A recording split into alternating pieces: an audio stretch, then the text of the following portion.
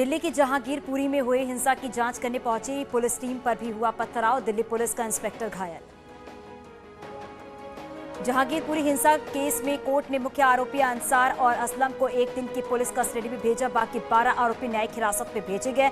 Crime branch को सौंपी गई जांच। जहांगीरपुरी हिंसा मामले में अंसार समेत अब तक 23 आरोपी गिरफ्तार। मस्जिद के सामने फायरिंग करने वाले असलम के पास से पिस्टल बरामद। दिल्ली में शोभा यात्रा के दौरान हुई हिंसा के मामले में एक और अर्जी दाखिल। सुप्रीम कोर्ट में वकील विनीत जिंदल ने दाखिल की याचिका।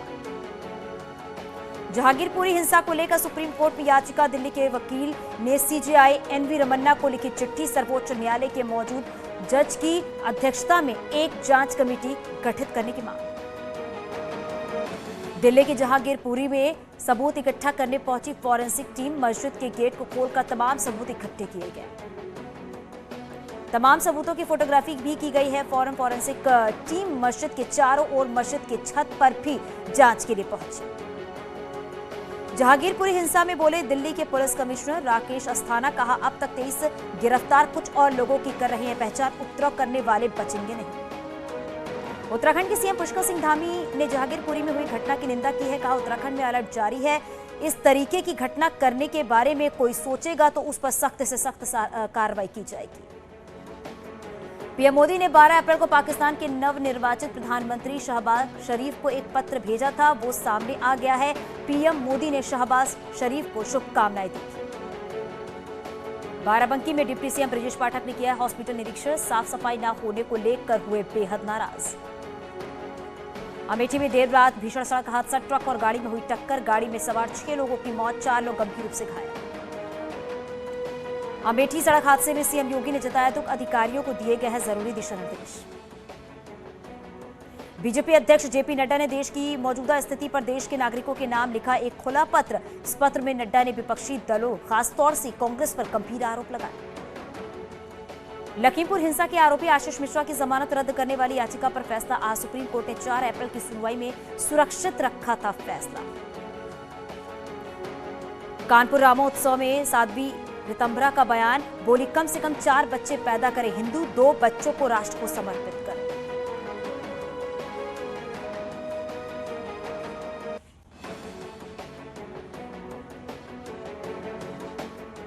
यशपाल आर्य ने संभाला नेता विपक्ष का पदभार। विधानसभा ऑफिस में लिया चार्ज। आर्य ने कहा, हम सरकार से जनता के सवाल पूछते रहेंगे। गरीबों के विकास के लिए योगी सरकार का बड़ा कदम। उत्तर प्रदेश में जल्द होगा ईडब्ल्यूएस कल्याण बोर्ड का गठन। अलीगढ़ के एएमयू में पूर्व छात्रों का हंगामा। पीएचडी की सीट बढ़ाए जाने की मांग। एएमयू में एडमिशन में धांधली का आरोप। आजम खां के मीडिया सलाहकार फसाहत अली ने अखिलेश पर किया पलटवार। उन्होंने कहा कि अगर ये बातें 2 महीने पहले हुई होती तो एसपी की 111 नहीं 11 सीटें आती।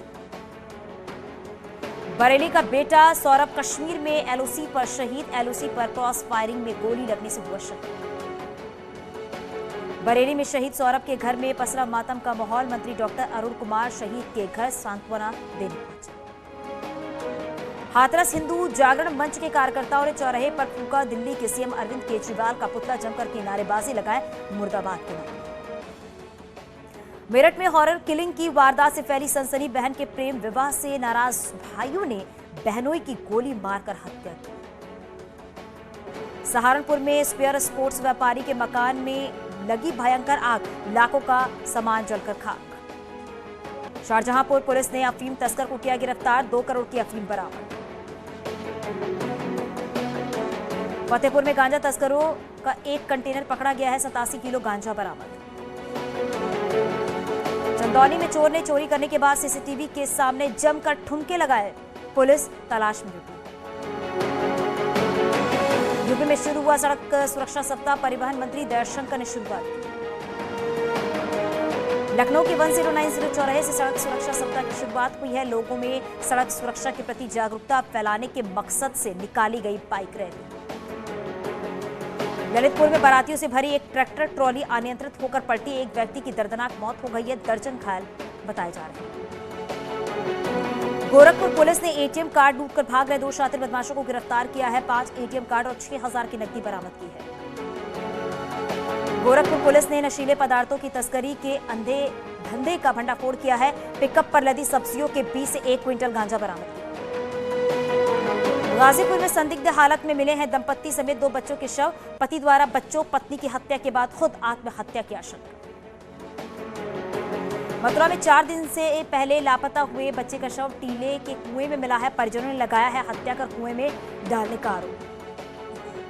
नोएडा में कैब लूट करने वाले 4 आरोपी पुलिस मुठभेड़ में गिरफ्तार। कैब बुक कर लूट की घटना को देते थे अंजाम। गोरखपुर में ग्रामीणों की मदद से पुलिस ने शातिर चोर को किया गिरफ्तार। बदमाश की गिरफ्तारी से चोरी के 10 मामलों का खुलासा। बरेली में दबंगों ने 2 युवकों को पीटा है। एसपी नेता के साथियों पर आरोप। मंदिर में दर्शन करने आए थे दोनों युवक। रामपुर में सिरफिरे आशिक ने युवती का अपहरण करने का किया प्रयास। आशिक साथियों और साथ फरार हुआ। पुलिस ने किया मुकदमा दर्ज। मथुरा में चलती टेम्पो में अचानक लगी आग। टेम्पो में बैठी सवारियों ने कूदकर बचाई अपनी जान। देवरिया में ट्रांसफार्मर से टकराई बेकाबू कार में लगी आग। 1 युवक की मौत। फिरोजाबाद में पुलिस और बदमाशों के बीच मुठभेड़। 1 बदमाश गोली लगने से घायल। बागपत में ग्राम प्रधान पर हमले की घटना। शराब बेचने से मना करने पर बदमाशों ने की मारपीट। उन्नाव में सादी वर्दी में मौजूद सिपाही ने युवक को पीटा। नाराज मोहल्ले वालों ने जमकर किया हंगामा। ताजमहल का दीदार फिर हो सकता है महंगा। घरेलू पर्यटकों का टिकट 10 रुपए और विदेशी पर्यटकों का टिकट 100 रुपए बढ़ाने की तैयारी। नोएडा में कोरोना के मामले तेजी से बढ़ोतरी। 24 घंटे में 65 नए मामले आए सामने। 65 पॉजिटिव केस में 19 छात्र हैं। गाजियाबाद में बीते 24 घंटे में 20 नए मामले आए सामने। टोटल एक्टिव केस की संख्या 129। गाजियाबाद में अब तक 26 और छात्राएं कोरोना पॉजिटिव हुई। दिल्ली एनसीआर से जुड़े सभी जिलों और लखनऊ में मास्क अनिवार्य। कोविड के बढ़ते केसेस के चलते सरकार का फैसला।